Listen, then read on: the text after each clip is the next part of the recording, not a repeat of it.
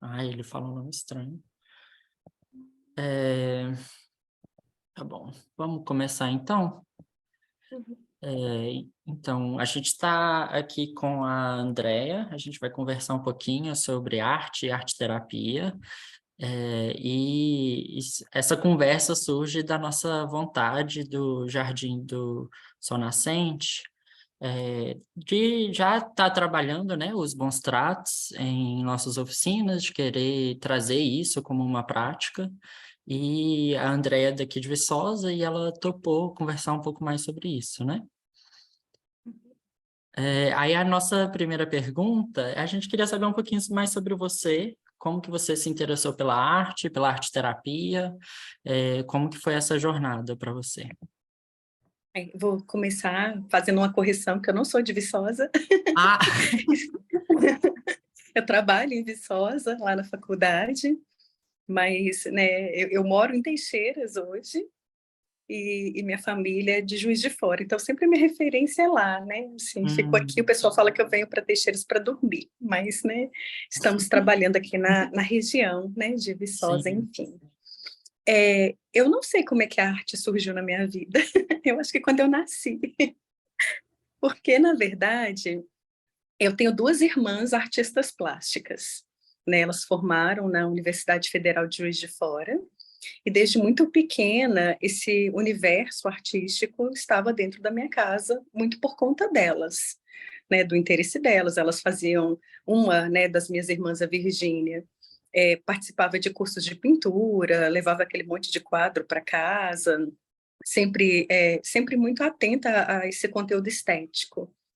E a Rogéria, minha irmã mais velha, ela fez, né, a faculdade de artes também, mas aí ela tem um outro viés, que é mais da história da arte, né, de pesquisadora, então já é uma proposta diferente. Então eu sempre convivi muito num ambiente artístico, mas eu nunca fiz nada de arte enquanto era criança, e eu acho que nem matéria na escola eu tinha direito, né, assim. E aí eu fui fazer psicologia. A psicologia é muito precoce também, né? Eu formei, eu tinha 22, 23 anos.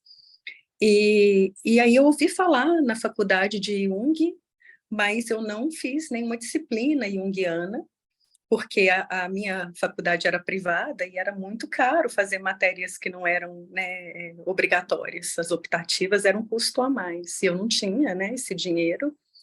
Então não fiz, mas assim, me chamava atenção, né? Eu falei, um dia eu quero estudar isso daí. E aí eu comecei a procurar, depois de formada, recursos para trabalhar na clínica, onde as pessoas pudessem se expressar livremente. Né? Eu acho que talvez o meu encontro com a arte tenha começado muito intuitivamente por aí. Né? Eu queria que as pessoas se expressassem naquilo que a Anísia da Silveira chama, né, das imagens espontâneas, né, que elas pudessem dar voz às imagens que surgem espontaneamente. E eu fazia muitos cursos, né, voltados, mini cursos, cursos de extensão. Então, alguém falava, tem uma oficina ali, eu ia lá e fazia.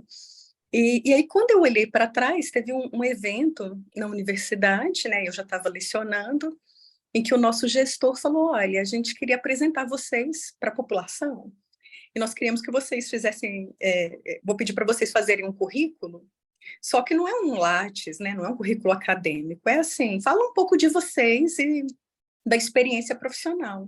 E aí, quando eu fui fazer esse levantamento, eu comecei a observar que eu já estava estudando, de uma certa forma, a arte, e eu já estava estudando Jung há muito tempo, né? Assim, já tinha 10 anos que eu estava nessa trajetória, eu fui pegando certificados e fui vendo, né?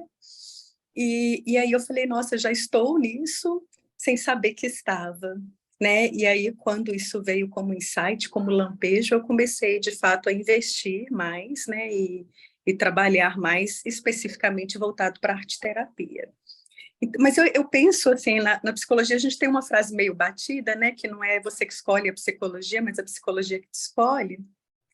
E eu penso a mesma coisa com relação às criações espontâneas. Eu acho que não precisa ter talento, não precisa ter, né, assim, você não precisa ser técnico, né, ter a técnica, mas ela te escolhe, a arte é um chamado, né, então foi assim que eu fui convocada também. E você citou, né, então, que fez a psicologia e aí depois surgiu a arte-terapia. E uma dúvida que eu acho que é muito comum é a diferença entre o trabalho de um psicólogo e de um arte-terapeuta. Eu penso que é completamente diferente. Eu fico aqui buscando similaridades na prática clínica, né? Porque quando a gente está aqui falando da arte, a gente está falando muito da clínica. A psicologia, ela é uma ciência, né? Que eu acho que por aí já difere da arte, porque a arte não é ciência, né? Então, a psicologia é uma ciência que vai estudar. Eu gosto muito da concepção lá dos gregos, que fala assim, psicologia é o estudo da alma. Porque quando a gente vai para hoje, 2023, as pessoas falam assim, psicologia estuda o comportamento humano. Eu falo, não, acho que é não, sabe? Eu acho que é a psique mesmo, né? Nesse sentido de integralidade. Então, para mim, a psicologia é esse estudo da alma. Então, ele estuda o ser humano, né? Na sua humanidade, na sua dor, no seu sofrimento, né? Então, é um campo de conhecimento muito específico, né? De auxílio, de ajuda. E a arte-terapia, ela é um outro, vou falar assim, uma outra profissão, né? Ela não é uma sub-área da psicologia, né? Ela é uma outra formação, então qualquer profissional de qualquer área pode fazer arte-terapia, não precisa ser psicólogo, né? Inclusive, quando eu fiz a formação, que eu recebi o título de especialista em arte-terapeuta, se não me engano, era eu e mais uma só psicólogas na sala, né? O resto tudo era de outras áreas. Né, um professor que quer, né, trabalhar com arte-educação, nós tínhamos biólogos lá com a gente, assistentes sociais. Então, assim, não precisa ter a graduação em psicologia para fazer a arte-terapia. Né? A arte-terapia é um profissional que quer usar a arte como um recurso expressivo. Né? Então, ele faz, e aí vai aprender materiais, técnicas e etc. E aí, só que eu, né, particularmente acho que quando a gente consegue unir esses dois campos, né, então você já tem uma formação humanística, né, que a psicologia te dá, e você consegue associar a arte-terapia, o olhar do psicólogo, arte-terapeuta, a meu ver, é diferente dos especialistas de outras áreas. Né, porque ele tem uma facilidade maior, não sei também se seria isso, mas de compreender, né, assim, aquilo que está sendo demonstrado. Eu sempre brinco, né, quando eu vou dar uma oficina, eu falo assim, não adianta você pedir uma pessoa para fazer um desenho e depois você não saber o que você vai fazer com aquele desenho. Né, assim, esse entendimento, esse olhar para aquilo, eu acho que no psicólogo ele é diferenciado mesmo. Mas são dois campos completamente distintos. Uma pessoa pode formar e fazer, são cursos de especialização, né? Então, ela pode fazer uma especialização em arte-terapia e começar a trabalhar. Inclusive, recentemente, o SUS passou a fazer parte do SUS, a arte-terapia, como uma prática integrativa da saúde. Então, a profissão do arte-terapeuta impulsionou com isso, né, com essa lei, porque agora ela pode ser utilizada também como uma das práticas integrativas, né, do Sistema Único de Saúde. Então, está aí um campo aberto para todos que quiserem se aventurar nessa área. E então você diria que então tem objetivos diferentes que o psicólogo e o arte-terapeuta vai ter? Quais Eu seria acho talvez, o objetivo do arte-terapeuta? o arte-terapeuta, para mim, o principal objetivo dele é a criatividade, os processos criativos. Né? Então, como você pode se expressar a partir da sua criatividade, independente do recurso que seja, e isso fornecer um autoconhecimento para o próprio sujeito. Né? E aí traz benefícios para a saúde, traz benefícios para a própria pessoa. Então, o objetivo do arte-terapeuta é esse, né? Eu vou te dar alguma coisa, né? Vou fornecer algum material onde você possa se expressar a partir daquele material, né? Gerando um autoconhecimento. Agora, o psicólogo, ele tem 1 milhão de recursos, né? Por isso tem muitos psicólogos que não usam sequer atividades artísticas, né? Para se chegar, talvez, né? Assim, aí eu coloco aspas e aspas no mesmo objetivo. né, que é a promoção de saúde, que é o autoconhecimento, mas aí ele vai por outros caminhos, né, não necessariamente da arte. A arte, eu gosto muito do Jung. O Jung, eu até estou fazendo doutorado pegando exatamente essa pergunta, né, essa pergunta norteadora. Porque o Jung, ele vai trabalhar com processos de criação. Ele vai falar assim, tudo que a gente cria, né, seja a arte, né, ali a gente está produzindo através da arte, seja na religião, seja nas relações, o que interessa para a gente é como que o ser humano, né, ele utiliza a sua capacidade criativa para ao criar algo, também se transformar, né? Então, eu acho que é muito legal quando você vem com esse olhar, porque você consegue se expressar e, ao mesmo tempo, vai se transformando, né? Eu estou falando muito de se expressar, porque eu acho que o objetivo da arte é isso mesmo, né? É uma livre expressão. Né? Se a gente fosse sintetizar numa palavra, aí acho que seria isso. Legal. Aí a próxima pergunta até talvez entre um pouquinho disso, assim, que é como que a prática artística e a arte-terapia se diferenciam, assim, o que que é diferente de, sei lá, eu sou um artista, estou fazendo arte, é isso. E às vezes, né, dou oficinas e tal, e qual que é o aspecto da arte-terapia, assim, qual que é, talvez, o que que diferenciaria isso, assim, né? Eu imagino que tem bastante em comum, mas o que que a gente entende que tem um nível diferente que precisa ser arte-terapia e não só arte? O artista plástico, ele tem uma preocupação, né, com a estética, com o belo, né, assim. Então, eu quero fazer algo, então vamos pensar aqui numa escultura, né, eu estou fazendo uma escultura, eu estou fazendo uma modelagem em argila, e eu vou usar todos os recursos, todo o conhecimento que eu tenho para ensinar isso para uma outra pessoa na oficina, e que ela faça aquilo da melhor maneira possível. Então, eu não quero apresentar um produto final que tombe, né, que fique feio. Eu quero que as pessoas olhem e falem, nossa, que bacana. Eu fiz isso hoje vendo uma produção sua, né, em que você pegou eu acho que era uma xícara, né, um copo verde, lindo, né, assim. E aí eu falei, ai, que esteticamente maravilhoso. E aí, quando eu contemplo, né, a arte é o lugar da contemplação. Eu contemplo, eu entro em contato com esse objeto, eu tomo ele para mim, eu falo, você vende? Eu quero, né? Eu quero aprender, eu quero fazer, eu quero ter em casa, eu quero transformar isso em algo que seja igualmente belo. Então, quando eu olho para as minhas irmãs, né, que são artistas plásticas, elas têm um cuidado estético naquilo que elas fazem. Então, por exemplo, se eu fizer um desenho, né, uma ilustração perto delas, elas, Andréia, olha, você pode usar um sombreado aqui, você pode usar um fumacê, né, para dar sabe, um fixador, se você está trabalhando com giz pastel, que vai durar mais tempo.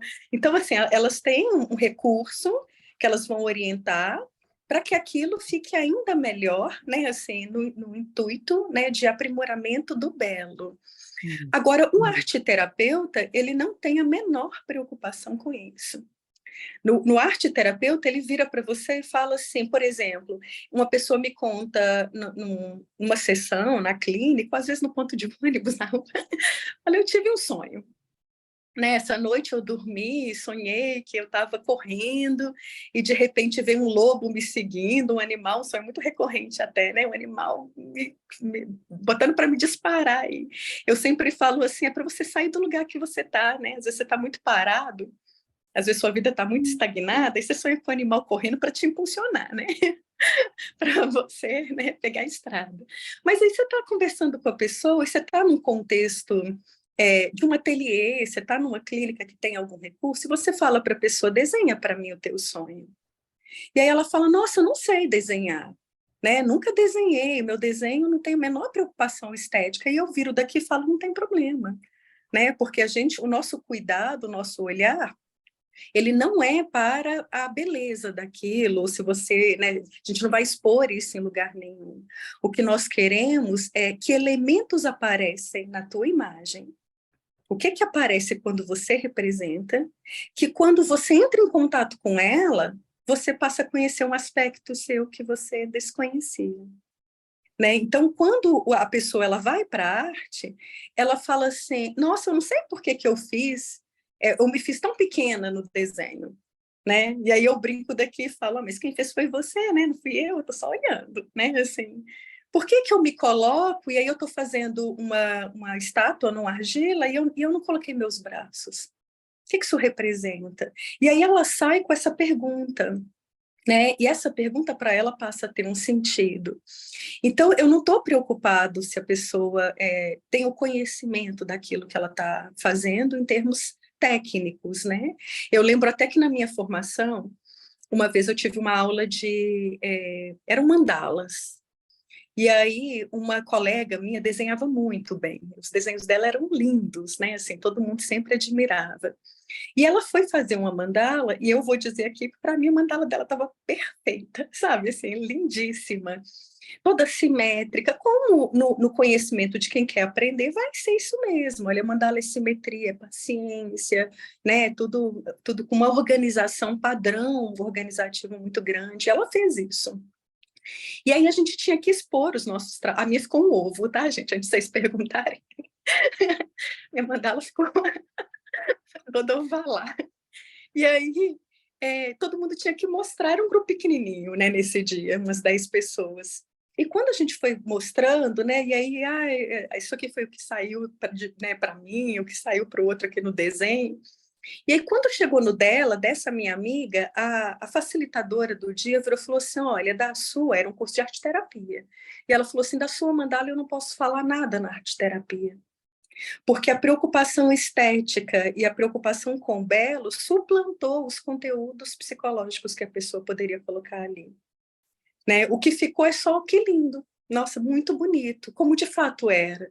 Mas a preocupação da perfeição estava tão grande, é claro que sai imperfeito, né? Mas eu estou dizendo que a busca dela era essa, que o que se evidenciou foi exatamente isso.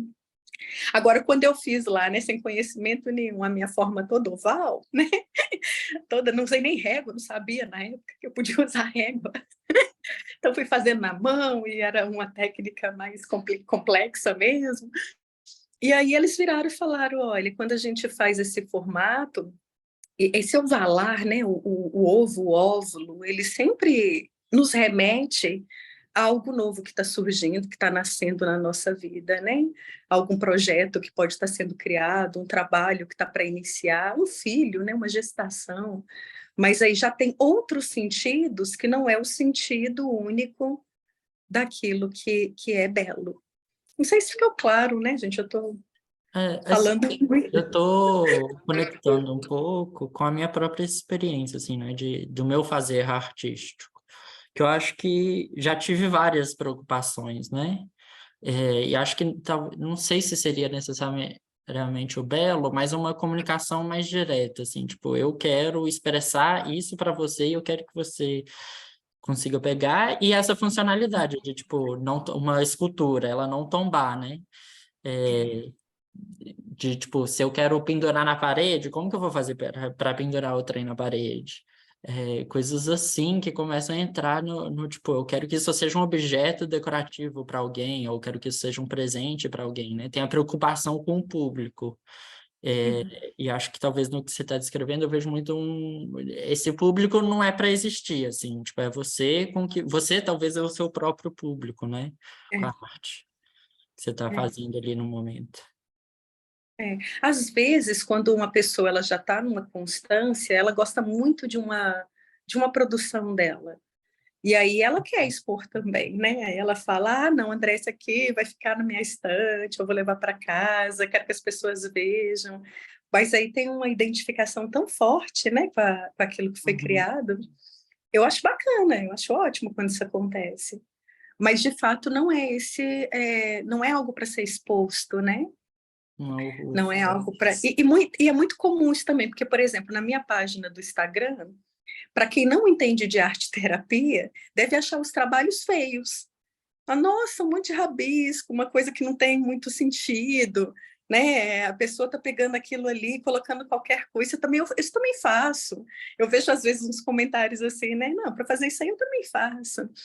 Só que muitas vezes não é revelado o enredo, né? Eu vou falar assim, o que foi a narrativa por trás da construção daquilo, né? Por que a pessoa, que elemento foi esse que sobressaiu e que chegou exatamente naquele lugar ali? E como a gente acaba não falando isso, eu pelo menos, né? Não falo isso lá, eu vou falar nas redes sociais, porque de uma certa forma expõe, né, a pessoa. Eu sempre mostro o resultado final, o produto daquilo que foi feito, mas esse processo todo, né, descritivo acaba não chegando. Então, para quem não conhece, não entende mesmo, É, né? aí eu acho que a minha pergunta quase que agora vira um pouco outra, se na arte, só no fazer artístico, existe um pouco de terapia, assim, tipo, se eu preciso de um arte terapeuta para sempre estar fazendo arte terapia. E não estou falando isso assim para tipo, eu não preciso de um arte terapeuta, mas tipo, qual que é o benefício de fazer arte, mesmo que não seja nesse contexto, né, talvez, de arte Mas terapia? eu acho, André, assim, que, olha, primeiro, eu acho que ninguém precisa de arte terapeuta, como ninguém precisa de psicólogo, não.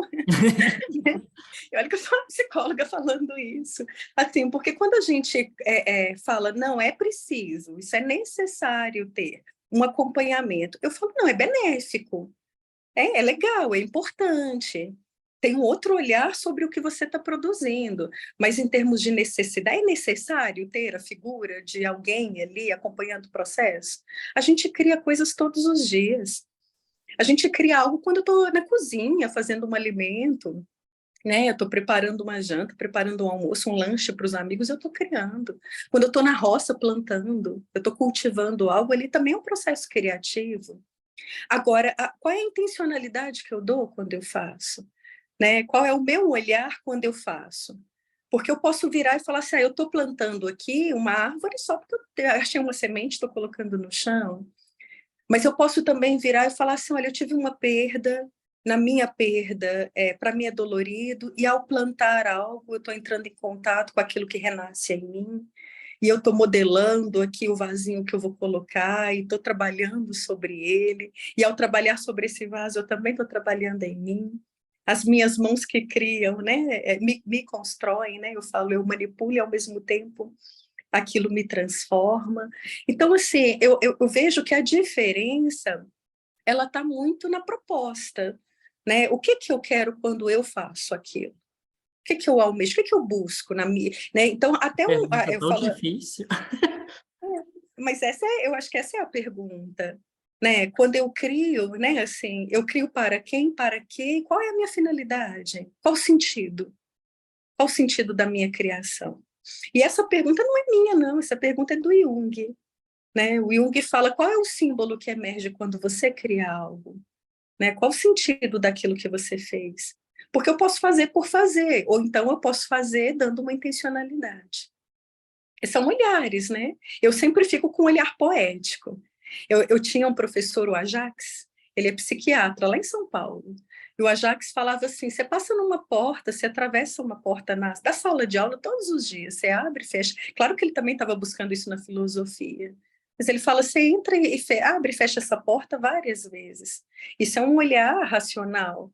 Ou então você pode sentar aqui e começar devagar, né? E pensar por quantas portas eu já entrei ao longo da minha vida, quantas portas eu abri, quantas eu fechei, né? Qual o sentido de uma porta, de um portal para mim, por onde essa porta me leva? Para mim, quando a gente fala da arte terapia, a gente está nesse lugar. Então, assim, tá, eu fiz aqui um risco, mas qual o sentido desse risco? Né? E aí a gente vai buscando isso. Eu lembro de uma paciente, não sei se dá tempo para falar, e vocês me cortam aí, viu, gente? Mas eu lembrei aqui de uma paciente, muito amiga minha também, da clínica a gente vira tudo íntimo, né? Fica íntimo. Ela falava assim, Andréia, eu detesto tinta. Odeio trabalhar com tinta, tinta suja, entra na unha, eu quero colocar luva quando eu vou mexer com tinta. E aí, né, assim, toda uma aversão, né, a esse material. E aí, quando a gente usava numa sessão, ela falava assim, não me dá mais, não usa mais tinta comigo. E eu falava para ela assim, mas é assim que você lida com o que você não gosta? Então, eu não gosto, né, do Joãozinho. Então, não deixa o Joãozinho chegar perto de mim mais, não, porque eu não fico a cara dele. Porque o processo de criação é um lugar onde você se experimenta. É onde você vira e fala, não, eu não gosto, mas deixa eu ver como é que eu faço com aquilo que eu não gosto. Deixa eu aprender, né, com o que eu não sei lidar. Deixa eu olhar para isso de uma outra forma. Então, qual é o sentido mesmo, né, do que eu acerto, do que eu erro, do que fica legal, daquilo que eu falo, nossa, não gostei. Eu não gostei por quê, né? O que tem de mim ali naquilo que eu não gosto? Então, são perguntas importantes aí, né, que a gente busca, sei lá, conversar, né? Entender ao longo desse processo. E você falou muito dessa questão de se expressar, né, na arte terapia. E o que que você percebe nas pessoas através do seu trabalho?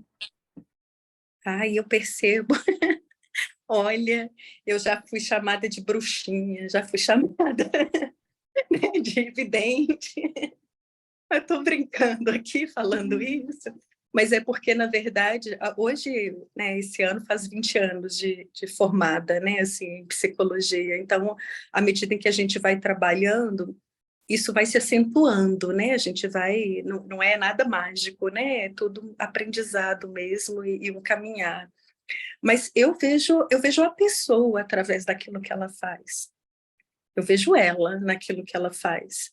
E por isso que é tão singular e é tão único e é tão belo, assim, o processo criativo da pessoa.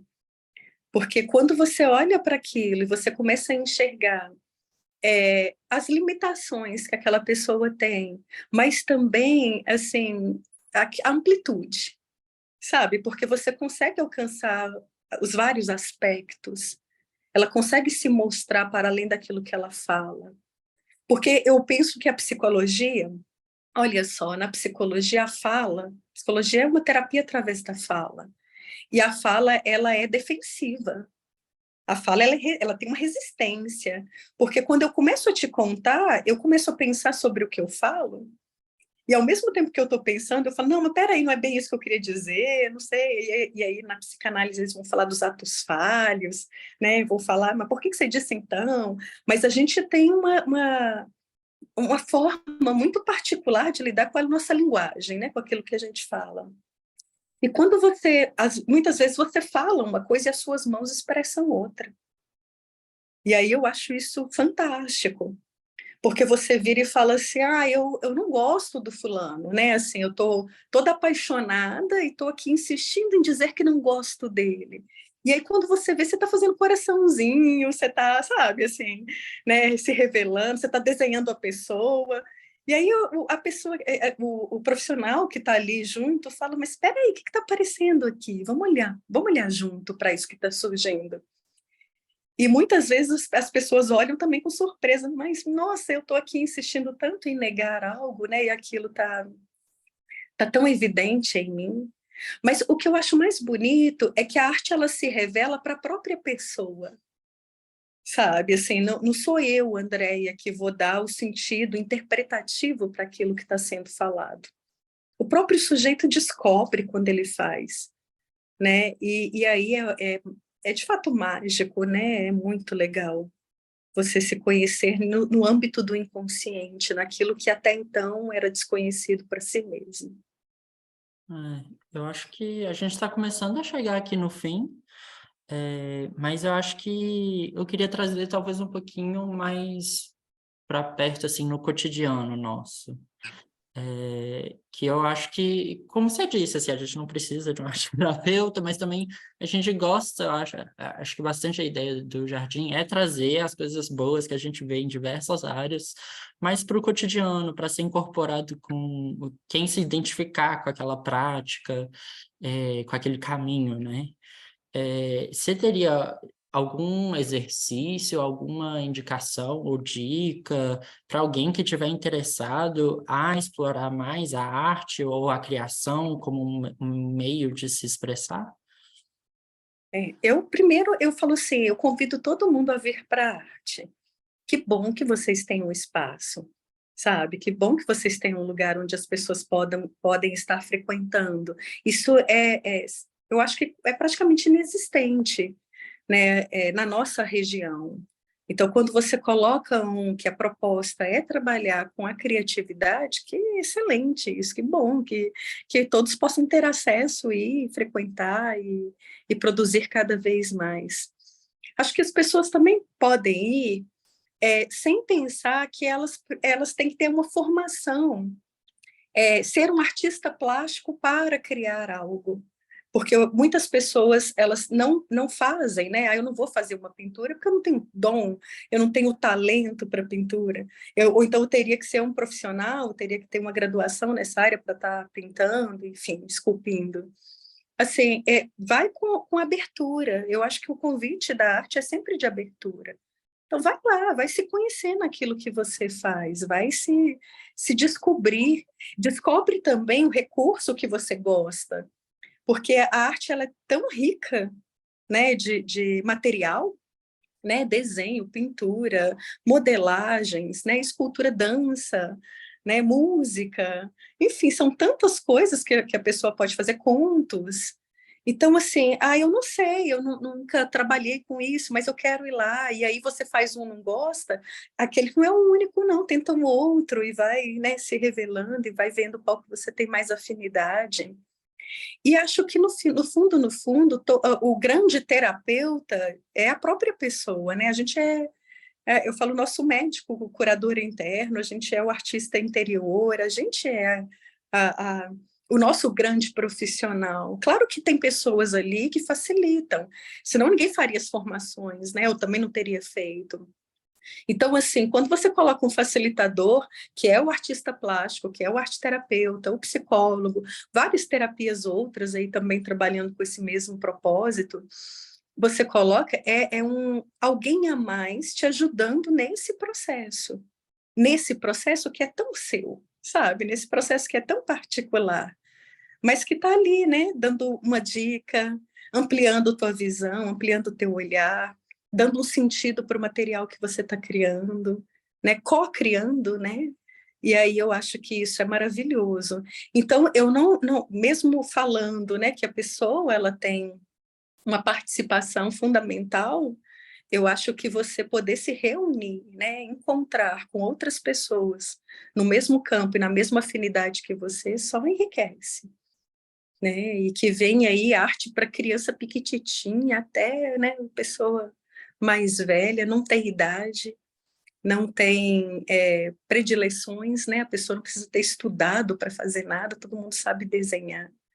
Criança pequenininha, meu filhinho de 3 anos já começa lá a fazer, eles falam garatujas, né? E eu falo daqui, já começa a fazer as primeiras formas circulares, e aí já está dando um sentido de mundo, né? De incorporando coisas.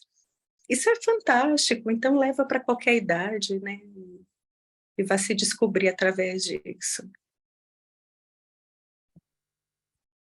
Muito bom. Bia, você queria fazer alguma pergunta? Ou Laura, tem mais perguntas?